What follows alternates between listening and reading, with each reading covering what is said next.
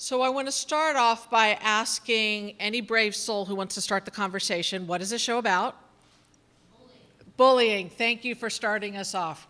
Yes, this is a show about bullying, and bullying takes a number of forms. So who wants to tell me what types of bullying we saw today? Just, you can put your hand up or you can shout out. Cyberbullying. What else? Yes. Mental bullying, and it took the form of words, right? And some of the words were really direct and really mean, right? Yes. Was there bullying that maybe was not so verbal, that maybe didn't have as many words? A little more subtle. Exclusion, and what did you say? Shunning. Mm-hmm. Shunning and exclusion. Bullying is hurtful behavior done intentionally for the purpose of having power over another person, right? So how many people in this room have ever been bullied? A lot of us, right? How many people think that they've been the bully? You don't have to put your hands up. But I certainly can see where some of us may have unintentionally been in a situation where we weren't so sensitive to somebody else's needs. Part of why I can see this is I have an adult perspective, and it makes me remember what happened to me that summer in between 4th and 5th grade at summer camp. It makes me remember what happened in middle school when I wasn't included or invited to anything. In fact, those experiences were so strong for me that I grew up and now this is what I do for a living. I'm not saying all of you have to grow up to work with teenagers who've been bullied, but for some of us it served a purpose. 8th grade and 9th grade, Yeah.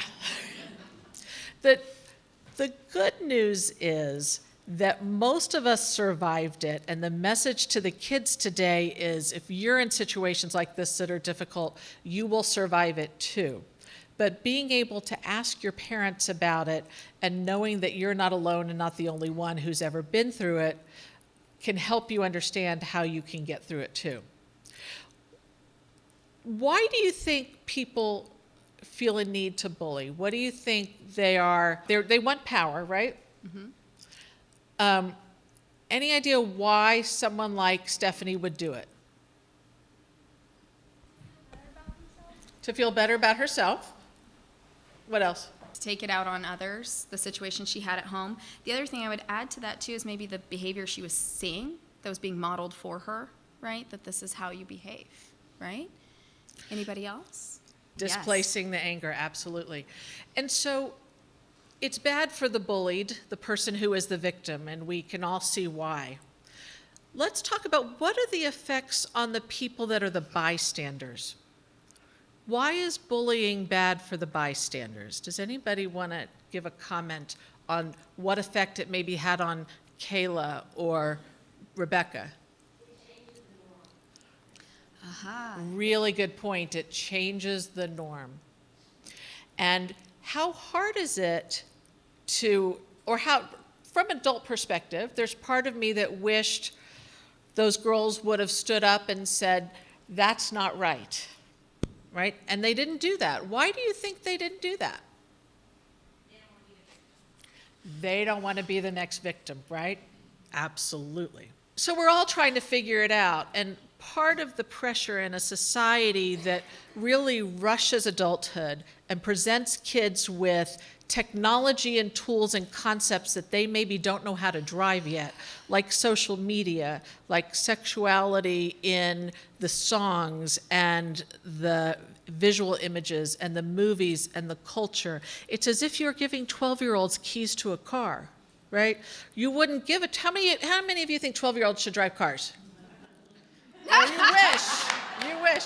Now, even though you might do really well with that little car at Six Flags or Disney World, even you probably know it's not a good idea to have a bunch of 12-year-olds out on the street. And parents are going to give their children keys to those cars after they've had an opportunity to practice and they've learned and we've taught them how to deal with the realities of a situation that could be potentially dangerous. So when you look at our modern society where kids have these cell phones and they have hormones that, once upon a time, girls and boys didn't go through puberty until they were 17. And now it's much, much younger than that, right? So we're giving them access to thoughts and feelings and experiences that they don't have the knowledge and maybe maturity to handle, and they can end up in trouble, right? So the good news is, guys, you don't have to figure out who you are by the time you graduate from high school. No. You're allowed to keep working on it, as many of us still are.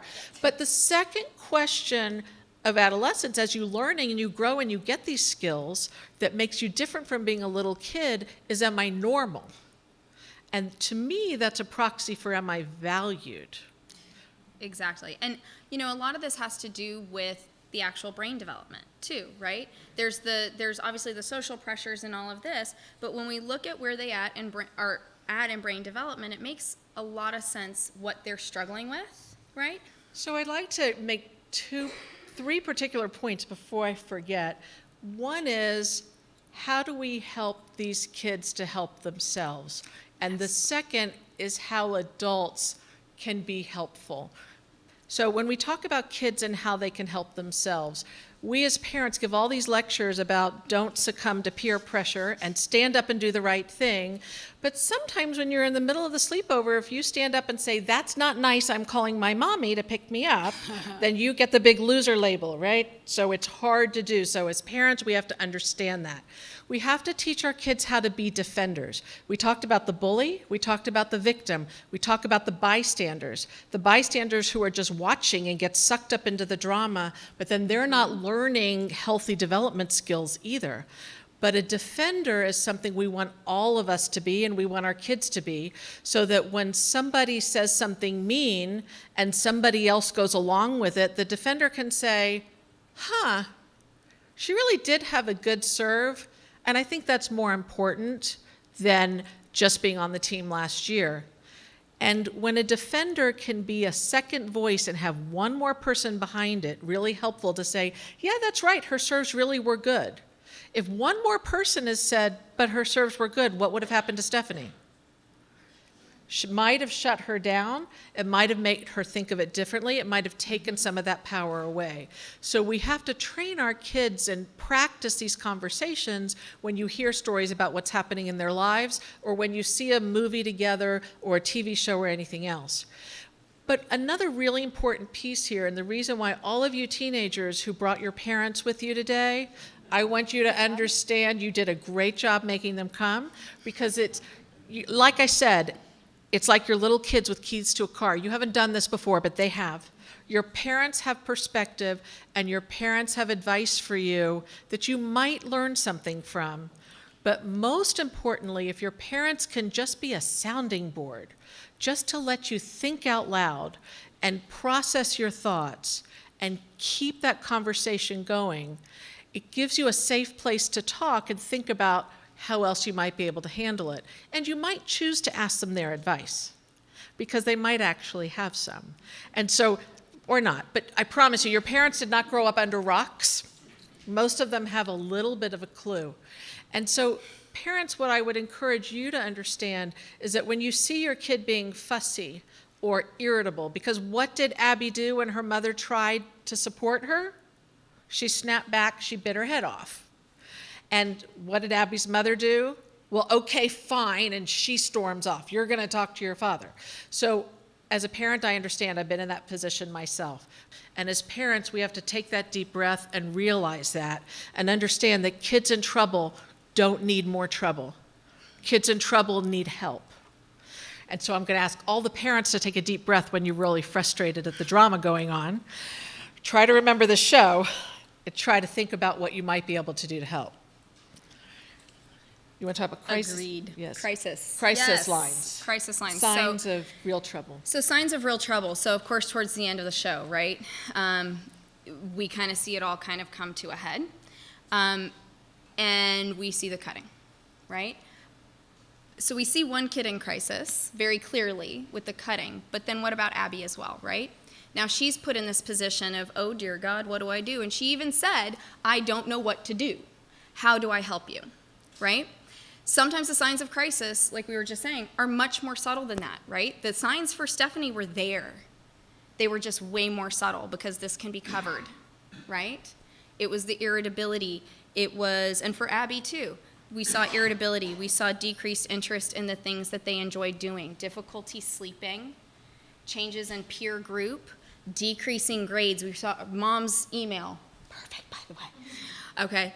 Her grades are dropping. I don't know what to do. She's not talking to me anymore. Especially if you do have a kid who, maybe you do have a good communication with. You do have that relationship, and now there's something wrong there. It's not clicking like it used to, right?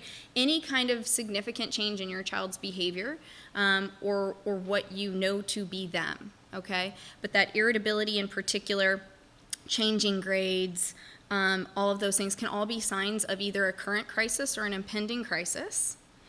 And then what do you do when you are in that crisis, right? As a parent, but also as a peer, okay? As a parent, call your doctor. Get them to see your pediatrician. Go see the psychologist. One of the things that really kind of struck me is when I saw mom's response to, we might be calling a psychologist. It's not the end of the world, okay? They're very wonderful people, I promise. That's why they go into doing this stuff, okay? Don't wait until you're in a crisis situation. If you don't know, ask for help, okay? See your pediatrician, see a counselor, ask the school counselor, ask for help. Same for you, for the teenagers, same for the kids. If it is you, ask for help. Go to your school counselor, talk to your parent. If you don't feel like you can talk to your parent, a responsible adult is preferable to one of your peers. Okay, not saying peers aren't great, but what do you do if you are an adolescent, if you are the peer and you're in this situation? Your friend says, I'm cutting, or you see the cuts, or they even say, I think I want to kill myself, or I'm going to kill myself. What do you do? What would you hear? What would you recommend? You would tell someone, and that is absolutely the right answer. He said he would tell someone like the school counselor or a therapist. Exactly, okay? How many of you brush your teeth? How many of you go to a dentist? How many of you know anyone who died of having dirty teeth? Okay. We go to the dentist because we want our teeth to stay healthy and we'd like to keep them. Does anybody feel awkward or guilty about going to the dentist? No. How many people, by a show of hands, have heard of someone or know someone who has had trouble based on how they think or how they feel or how they behave? Right? Our mental health is so incredibly important to our survival. It guides everything we do every day. So when you think about it, who is a counselor, a psychologist, a therapist? Who are those responsible people who are trained to help us? They're like the dentist for our minds. I call it mental hygiene instead of dental hygiene. So I would encourage all of us to really consider having a dentist, just like we have a therapist, just like we have. I would consider all of us to have a therapist, just like we have a dentist, a mailman, a doctor, all of those things. And normalizing the idea that it's okay to say we're not okay, and it's okay to ask for help.